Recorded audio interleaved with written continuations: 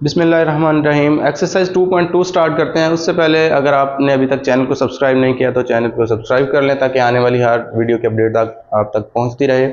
तो first question है exercise का, कहता है state whether the following sequences are arithmetic or not. कहता है जो स्टेटमेंट्स दी हुई हैं, सीक्वेंस गिवन है, आपको चेक करना है कि वो अरिथमेटिक हैं या नहीं। और साथ में उसने ये भी पूछा है if a sequence is arithmetic, अगर वो सीक्वेंस अरिथमेटिक है then find the common difference, उसका कॉमन डिफरेंस निकालें। अच्छा, कॉमन डिफरेंस जो है ये पहले ही हम निकाल चुके होंगे, जब इसको चेक कर रहे होंगे तो कॉमन डिफरेंस निकाल चुके होंगे और बाद में हम बता देंगे कि अरिथमेटिक है या नहीं। तो अरिथमेटिक सीक्वेंस की डेफिनेशन आपकी बुक के पेज नंबर 84 पे मौजूद है, आप वहां से रीड आउट कर सकते हैं। अरिथमेटिक सीक्वेंस नंबर्स का एक ऐसा सीक्वेंस होता है जिसमें हर दो कंसेक्यूटिव टर्म्स के दरमियान डिफरेंस सेम होता है। कंसेक्यूटिव टर्म्स के दरमियान डिफरेंस सेम होने का क्या मतलब है कि जैसे ये फर्स्ट टर्म है, ये सेकंड टर्म है, सेकंड और फर्स्ट का जो डिफरेंस है, इसी तरह थर्ड और सेकंड का जो डिफरेंस है, इसी तरह फोर्थ और थर्ड का जो डिफरेंस है, इनके डिफरेंसेस जो है वो सेम होंगे तो इस सीक्वेंस को हम कहेंगे ये एक अरिथमेटिक सीक्वेंस है। तो चेक करते हैं इनके डिफरेंस को। तो यहाँ पे A2 में से अगर A1 माइनस करते हैं हम सेकंड टर्म में से, फर्स्ट टर्म अगर हम माइनस करने जा रहे हैं तो 10, सेकंड टर्म जो है वो 10 है, इसमें से हमने फर्स्ट टर्म माइनस करनी है, वो क्या है 7। तो हमारा आंसर क्या आता है 10 माइनस 7 3। अब हमने नेक्स्ट टू टर्म्स के दरमियान डिफरेंस चेक करना है, सेकंड और थर्ड के दरमियान। तो थर्ड टर्म में से हम सेकंड टर्म अगर माइनस करते हैं तो थर्ड टर्म की वैल्यू है 13, इसमें से हमने माइनस करनी है सेकंड टर्म, वो है 10। तो 13 में से 10 माइनस किए तो उसका आंसर भी 3 निकल आया। अब नेक्स्ट चेक करते हैं, A4 में से A3 माइनस करते हैं तो इनका डिफरेंस क्या निकलेगा 16, इसमें से हमने 13 माइनस करने हैं, 16 माइनस 13 आया हमारा, अगेन आंसर 3 आया। मींस के हर दो टर्म्स के दरमियान, हर दो इकट्ठी जो है, जो मुसलसल चल रही है ना, ये और ये और ये, इसी तरह यानी कि हर दो इकट्ठी टर्म्स के दरमियान जो डिफरेंस है वो सेम आ रहा है। तो ऐसा सीक्वेंस जिसमें दो कंसेक्यूटिव टर्म्स के दरमियान डिफरेंस सेम हो तो उसको हम बोलते हैं अरिथमेटिक सीक्वेंस। तो इनका डिफरेंस चूंकि सेम आ रहा है तो हम कहेंगे yes this is arithmetic sequence. अच्छा, अरिथमेटिक सीक्वेंस तो है, अब वो कह रहा था इसका डिफरेंस भी लिखना है आपने। तो डिफरेंस हमने चूंकि अभी निकाल लिया है, वो 3 आया, तो हम यहाँ पे कह देंगे कि इसका डिफरेंस जो है वो कितना निकल रहा है, वो 3 निकल रहा है। तो ये दोनों चीजें हमने बता दी। पार्ट नंबर सेकंड है, इसमें जो सीक्वेंस हमें गिवन है वो क्या 3 -2 -7 -12। हमने अरिथमेटिक चेक करने के लिए प्रीवियस क्वेश्चन की तरह हमने क्या करना है, हर दो टर्म्स के दरमियान में डिफरेंस चेक करना है। तो सेकंड टर्म में से फर्स्ट टर्म माइनस करते हैं, A2 में से हम A1 माइनस करते हैं, A2 क्या है हमारे पास -2, इसमें से क्या माइनस करना है हमने, A2 में से A1 माइनस करना है। तो A2 की वैल्यू लिखी, माइनस कर दिया हमने A1 को, A1 की वैल्यू क्या है 3 है। तो आंसर क्या आएगा -2 -3। अगर दोनों वैल्यूज माइनस की हों और वो प्लस माइनस हो रही हो तो हम करते उनको प्लस हैं और लिखते माइनस के साथ हैं। दोनों के साथ माइनस है तो लिखेंगे माइनस और करेंगे इनको प्लस। 3 + 2 कितना आंसर आ गया 5। अब नेक्स्ट टू टर्म्स के दरमियान में हमने डिफरेंस फाइंड करना है, वो कौन सी है A3 और A2। A3 में से हमने A2 को माइनस करना है। तो A3 की वैल्यू क्या है -7, इसमें से हमने क्या माइनस करना है सेकंड टर्म को। तो सेकंड टर्म की वैल्यू क्या है -2। हमने ब्रैकेट में इसको लिखा क्योंकि इस माइनस ने इस माइनस के साथ अभी मल्टीप्लाई हो जाना है। तो चेक करते हैं क्या आंसर आता है -7।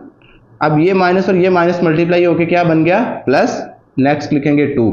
अब एक वैल्यू माइनस की है, एक वैल्यू प्लस की है। अगर इस तरह का सीन हो कि एक माइनस और एक प्लस या डिफरेंट हो साइन, तो हम करते हैं उनको माइनस है, -7 -2 हमने क्या करना है, +2 हमने करना माइनस है इनको, और साइन कौन सा लगाना है जो बड़ी वैल्यू के साथ है। बड़ी वैल्यू 7 है, इसके साथ माइनस है तो इधर लिखेंगे माइनस।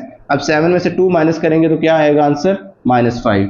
अब नेक्स्ट फोर्थ और थर्ड टर्म के दरमियान में डिफरेंस चेक करते हैं, वो क्या निकलता है। A4 में से A3 माइनस करना है अब हमने। तो A4 क्या है -12, इसमें से हमने क्या माइनस करना है थर्ड टर्म को, वो क्या है -7। ठीक है, अब ये -12 तो एज इट इज आ जाएगा। अब ये माइनस और ये माइनस आपस में मल्टीप्लाई होकर क्या बन जाएगा प्लस, और नेक्स्ट आएगा 7। अब इनको सॉल्व करना है, एक वैल्यू माइनस की है एक प्लस की, तो हम क्या करेंगे माइनस करेंगे और बड़ी वैल्यू का साइन लगाएंगे। बड़ी वैल्यू माइनस की है, इधर लिखेंगे -12 में से 7 माइनस की है तो आंसर 5। मीन्स के जो 4 टर्म्स हमें गिवन थी उन सब के दरमियान में जो डिफरेंस निकल रहा है वो -5 का निकल रहा है। तो अगर डिफरेंस सेम आ रहा हो तो हम क्या कहते हैं कि ये जो सीक्वेंस है ये क्या है अरिथमेटिक सीक्वेंस है। Yes this is arithmetic sequence. Next हमने बताना था डिफरेंस। डिफरेंस चूंकि हमें पहले ही निकाल चुके हैं तो यहाँ से देख के हम डिफरेंस लिख लेंगे कि सेम डिफरेंस है, तो उसकी वैल्यू कितनी है -5। तो ये पार्ट नंबर 2 हो गया। पार्ट नंबर 3 में हम चेक करते हैं पहले इनका कॉमन डिफरेंस। कॉमन डिफरेंस अगर सेम हुआ तो हम कहेंगे अरिथमेटिक है, अदरवाइज हम कहेंगे this is not arithmetic sequence. तो डिफरेंस चेक करने का तरीका आपने सीख लिया प्रीवियस 2 पार्ट्स के अंदर। तो कैसे चेक करते हैं, सेकंड टर्म में से हम फर्स्ट टर्म माइनस करते हैं तो वो डिफरेंस निकल आता है। सेकंड टर्म 4 है, इसमें से हमने माइनस करना है फर्स्ट टर्म को, तो आंसर क्या निकल आया 3। अब नेक्स्ट 2 कंसेक्टिव टर्म्स के दरमियान में, तो नेक्स्ट 2 कंसेक्टिव टर्म्स कौन सी हैं, 4 और 9। 9 में से 4 माइनस करना है हमने, तो 9 कौन सी है, वो थर्ड टर्म है, इसमें से सेकंड टर्म को माइनस करके हमने चेक करना है 9 - 4। तो क्या आंसर आया, 9 - 4 करने से 5 आंसर आ गया। अच्छा, नेक्स्ट हमारे पास है फोर्थ टर्म, इसमें से माइनस करना है हमने थर्ड टर्म को। तो फोर्थ टर्म हमारे पास 15, इसमें से माइनस किया हमने 9 को, थर्ड टर्म को, तो 15 - 9 करने से आंसर क्या आया 6। हमें जो 4 टर्म्स गिवन थी उनमें से हमने चेक किया डिफरेंस, तो सब डिफरेंस क्या आए, डिफरेंट आए। यहाँ पे 3 डिफरेंस निकला, यहाँ पे 5, यहाँ पे 6। तो इसका मतलब क्या हुआ कि डिफरेंस जो है वो कांस्टेंट नहीं है, जो सेम नहीं आ रहा, तो ये सीक्वेंस जो है ये अरिथमेटिक नहीं है। तो हम यहाँ पे लिखेंगे no this is not arithmetic sequence, और साथ में हम डिफरेंस का नहीं बताएंगे क्योंकि डिफरेंस सेम नहीं आ रहा, तो जस्ट हमने ये कह दिया सीक्वेंस नहीं है। पार्ट नंबर 4 बड़ा इंटरेस्टिंग है, सारी टर्म्स ही 5 5 5 5 गिवन है हमें, ठीक है। तो आपको पता चल गया होगा कि इसका डिफरेंस क्या आएगा। सेकंड टर्म में से फर्स्ट टर्म माइनस करते हैं हम,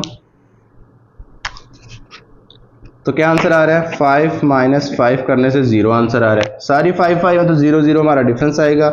A3 में से A2 माइनस करेंगे तो 5 - 5 करने से 0।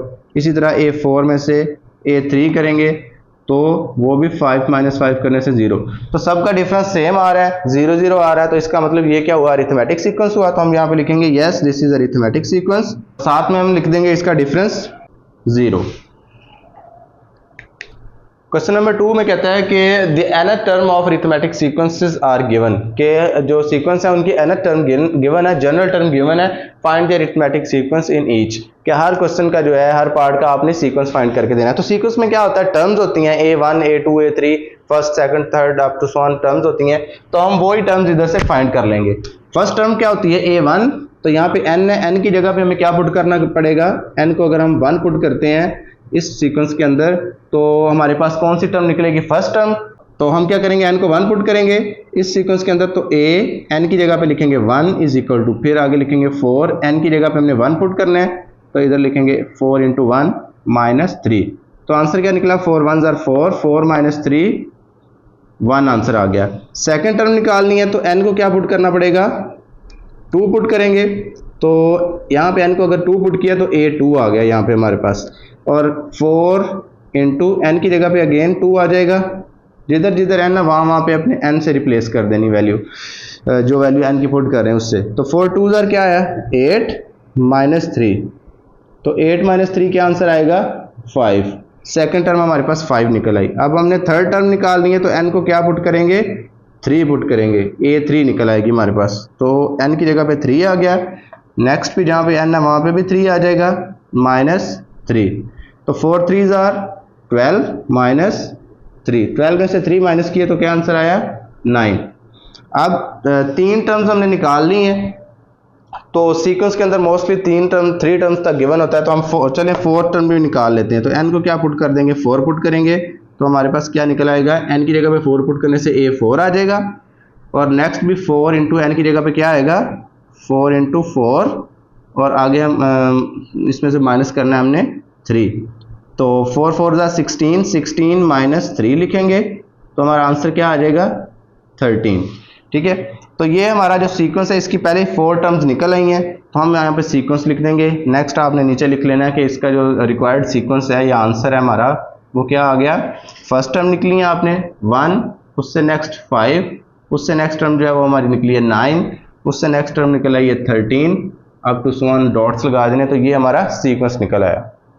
सेकंड पार्ट करते हैं। सेकंड पार्ट में जो जनरल टर्म हमें दिए वो है an = 2n - 5। तो हमने सीक्वेंस फाइंड करना है A1 A2 A3। तो हम क्या करेंगे, फर्स्ट टर्म फाइंड करने के लिए हम क्या करेंगे, पुट करेंगे n इज इक्वल टू 1, यहाँ पे a 1 आ जाएगा, जिधर n है वहाँ पे n की जगह पे हम 1 लिख देंगे, यहाँ पे भी 2 इंटू n की जगह पे आ गया 1 माइनस 5, तो 2 1 ज़ा 2, 2 माइनस 5, कितना आंसर आ गया हमारे पास -3। देख दो वैल्यूज है हमारे पास, एक माइनस की है एक प्लस की है, तो हमने क्या करना है माइनस करना है। 5 में से 2 माइनस करेंगे तो 3 आ जाएगा, और बड़ी वैल्यू यहाँ पे 5 है, इसके साथ माइनस है तो इधर माइनस लगाएंगे, तो ये हमारे पास आ गई फर्स्ट टर्म। सेकंड टर्म निकालने के लिए n की जगह पे क्या होना चाहिए 2 होना चाहिए, यानी कि a2 फाइंड करना है, तो हमने n को क्या पुट कर देना है 2 पुट कर देना है, तो हमारा आंसर क्या आएगा इस सेकंड टर्म का a2 is equal to 2 into, अब n की जगह पे क्या लिखेंगे 2 लिखेंगे हम, और इसमें से माइनस कर देंगे 5, तो 2 2 आर 4, 4 में से अगर हम माइनस करते हैं 5 तो क्या आंसर आना चाहिए,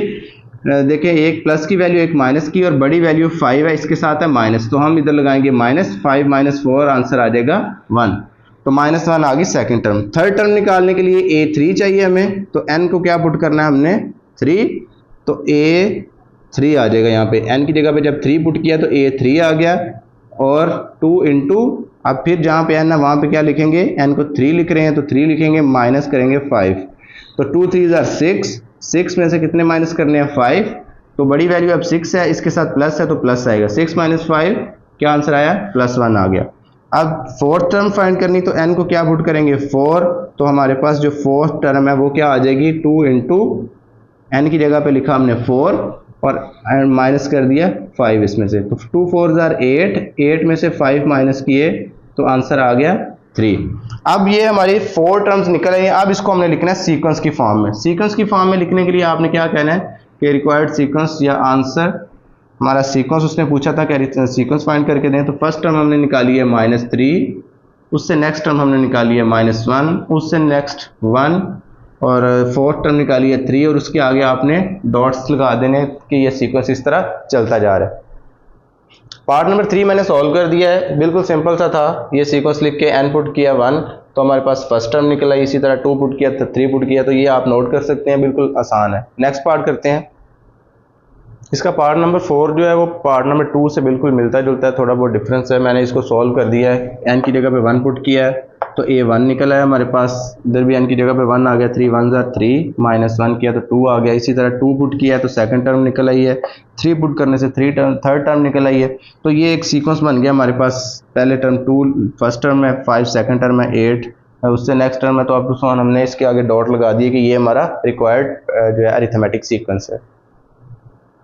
क्वेश्चन नंबर 3 में कहता है कि अरिथमेटिक सीक्वेंस की आपने जनरल टर्म फाइंड करनी, तो जनरल टर्म फाइंड करने से पहले मैं आपको अरिथमेटिक सीक्वेंस के बारे में थोड़ी सी होनो देता हूँ। चंद सेकंड्स के अंदर हम इसको देखते हैं। देखें, अगर हमारे पास ये a1 फर्स्ट टर्म है, a2 सेकंड टर्म है, a3 जो है वो थर्ड है, ये फोर्थ टर्म है, अप टू सो ऑन, तो अरिथमेटिक सीक्वेंस की डेफिनेशन जो 84 पेज पे है उसने कहा कि जो अरिथमेटिक सीक्वेंस होता है इसके हर दो टर्म्स के दरमियान में, हर दो कंसेक्टिव टर्म्स के दरमियान में क्या होता है, डिफरेंस सेम होता है। तो डिफरेंस को हम d ले लेते हैं, जैसे a1 और a2 के दरमियान में मैं कहता हूं कि d का डिफरेंस है, a2 और a3 के दरमियान में d का डिफरेंस है, इसी तरह a3 और a4 के दरमियान में d का डिफरेंस है, यानी कांस्टेंट डिफरेंस है। ये 7 7 7 भी हो सकता है, 5 5 5 भी हो सकता है। तो जरा देखें अरिथमेटिक सीक्वेंस फिर जनरेट कैसे होता है। a1 तो आ जाएगा a1, क्योंकि इसके अंदर अभी हमने कोई भी डिफरेंस ऐड नहीं करना। a2 पे जाने के लिए हम क्या करेंगे, a1 के अंदर एक दफा d ऐड कर देंगे, तो क्या आंसर आ जाएगा हमारा, ये सेकंड टर्म आ जाएगी। a3 कैसे निकलेगी, a3 के लिए हमने क्या करना होगा, a1 फर्स्ट टर्म के अंदर कितने डिफरेंस ऐड करें कि a3 पे पहुंच जाएं, एक दफा डिफरेंस ऐड करेंगे तो a2 पे, दो दफा करेंगे तो a3 पे पहुंच जाएंगे।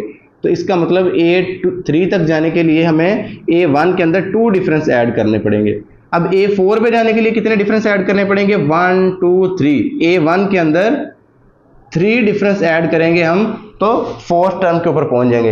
इन 4 टर्म्स के जो फार्मूलों से हमने ये सीखा कि जो अरिथमेटिक सीक्वेंस होता है, जो टर्म हमने फाइंड करनी होती है उससे एक कम डिफरेंस इसके अंदर ऐड करते हैं। देखिए फर्स्ट टर्म थी तो 0 डिफरेंस है, एक से कम 0, ठीक है। सेकंड टर्म में यहाँ पे 2 है तो यहाँ पे 1d ऐड किया हमने, 3 है तो यहाँ पे हमने 2 डिफरेंस ऐड किए हैं, 3 से एक कम।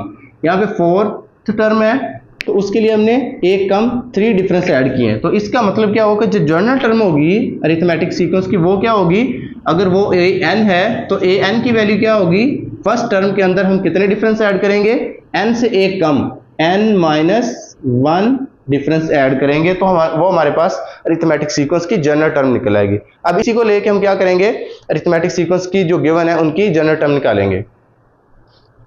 फर्स्ट पार्ट के अंदर उसने ये सीक्वेंस दिया तो हमने इसकी जनरल टर्म निकाल के देनी। तो अभी हमने जनरल टर्म देखी थी कि जनरल टर्म क्या होती है अरिथमेटिक सीक्वेंस की, वो होती है ए एन से डिनोट करते हैं उसको, और उसके अंदर क्या होता है, फर्स्ट टर्म के अंदर हम ए एन है तो एन में से एक कम करके उतने डिफरेंस इसके अंदर ऐड कर देते हैं। ये फॉर्मूला, ये जनरल टर्म का अरिथमेटिक सीक्वेंस का जो फॉर्मूला ये आपने जुबानी याद रख लेना है। क्या करेंगे, इसी को लेके हम क्या करेंगे, इसके अंदर से इसकी जनरल टर्म निकालेंगे। तो A1 चाहिए हमें और D चाहिए, ये दो वैल्यूज अगर हम इसमें से निकाल लें तो जनरल टर्म हम आसानी से निकाल सकते हैं। तो A1 इसके अंदर फर्स्ट टर्म होती है, फर्स्ट टर्म की वैल्यू हमें, फर्स्ट टर्म इसके अंदर क्या है, वो 6 है। उसके बाद D चाहिए, D क्या होता है, डिफरेंस होता है। अब उसने खुद ही बता दिया कि ये अरिथमेटिक सीक्वेंस है तो हमें सबका डिफरेंस लेने की जरूरत नहीं है, हमने जस्ट फर्स्ट टू टर्म्स के दरमियान डिफरेंस फाइंड कर लेना है। तो हम D निकालते हैं डिफरेंस, वो क्या होगा, A2 में से A1 को माइनस करना है आपने, तो वो क्या निकल आता है 13 माइनस 6, 13 में से 6 माइनस किया तो क्या निकल आया 7। अब हमने D भी निकाल लिया है और A1 भी निकाल लिया। अब ये दोनों वैल्यूज हमने इस फॉर्मूले के अंदर पुट कर देनी है। तो हमारे पास जो है इसका आंसर क्या आएगा, हम कहेंगे AN निकल आएगा, A1 की जगह पे इसकी वैल्यू 6 रखेंगे, फिर आपने क्या करना है n-1 को n-1 ही रहने देना है, जस्ट A1 और D की वैल्यू पुट करनी है। तो D की वैल्यू अभी हमने 7 निकाली, ये 7 पुट कर दिया। अब इसको करते हैं सिंप्लीफाई, 6 का आ गया 6, अब प्लस का आ गया यहाँ पे प्लस, 7 मल्टीप्लाई हो रहा है इस वैल्यू के साथ, तो 7 को अंदर मल्टीप्लाई करेंगे, 7 को n से मल्टीप्लाई करेंगे तो हमारा आंसर आ जाएगा 7n, क्योंकि n एक वेरिएबल नंबर है। अब ये 7 को -1 से मल्टीप्लाई करेंगे तो माइनस का माइनस आ जाएगा यहाँ पे, क्योंकि इसके साथ प्लस है, प्लस माइनस माइनस, तो 7 1 जार 7। अब इसको थोड़ा सिंप्लीफाई करके लिखते हैं नीचे an, ये an का an आ गया। अब n वैल्यू जो है हम 7n वो शुरू में लिख लेते हैं। अब 6 माइनस 7 करना है हमने, ये कांस्टेंट नंबर है, इनको प्लस माइनस करना है हमने। तो एक वैल्यू प्लस की है, ये 6 प्लस का है, 7 माइनस का है, तो डिफरेंट साइंस हो तो हम उनको माइनस करते हैं। तो बड़ी वैल्यू के साथ 7 के साथ माइनस है, इधर लिखेंगे हम माइनस, 7 में से 6 माइनस किया तो आंसर आ गया 1। तो ये an is equal to 7n-1, ये हमारे पास पार्ट नंबर 1 की जो है वो जनरल टर्म निकल आई है। पार्ट नंबर 2 है 5, 7, 9, 11, ये एक सीक्वेंस है। जनरल टर्म का फार्मूला आपने याद रखना है कि अरिथमेटिक सीक्वेंस की जनरल टर्म क्या होती है, an is equal to A1 plus n-1D। हमने क्या फाइंड करना है, A1 और D निकालना है। तो A1 क्या चीज है, इसकी फर्स्ट टर्म है, A1 इज इक्वल टू 5, और D क्या होता है, हर कोई सी दो कंसेक्यूटिव टर्म्स के दरमियान डिफरेंस। तो D निकालना, आपने सेकंड में से फर्स्ट टर्म को माइनस कर देना, 7 माइनस 5 किया तो वो निकल आया 2। अब डिफरेंस भी निकल आया और फर्स्ट टर्म भी हमारे पास मौजूद है।